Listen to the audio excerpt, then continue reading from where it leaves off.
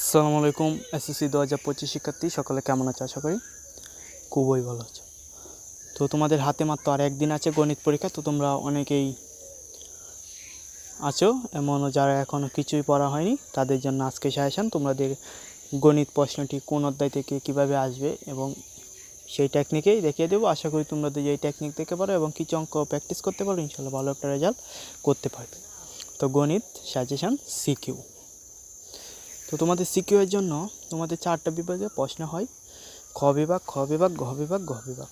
অধ্যায় তোমাদের খ বিভাগের জন্য দ্বিতীয় অধ্যায়, তৃতীয় অধ্যায়, চতুর্থ অধ্যায় এবং 13তম অধ্যায় থেকে প্রশ্ন আসে এবং খ বিভাগ থেকে 7 ও 8 অধ্যায় থেকে প্রশ্ন আসে এবং ঘ বিভাগ থেকে 9 এবং 16 অধ্যায় থেকে প্রশ্ন আসে এবং ঘ বিভাগ থেকে পরিসংখ্যান আসে। তো তোমরা আশা করি সকলে বুঝতে পারছো তোমাদের কোন বিভাগ থেকে কোন অঙ্কগুলা আসে। এবার আসি তোমাদের কোন কোন অঙ্কগুলো প্র্যাকটিস করতে হবে।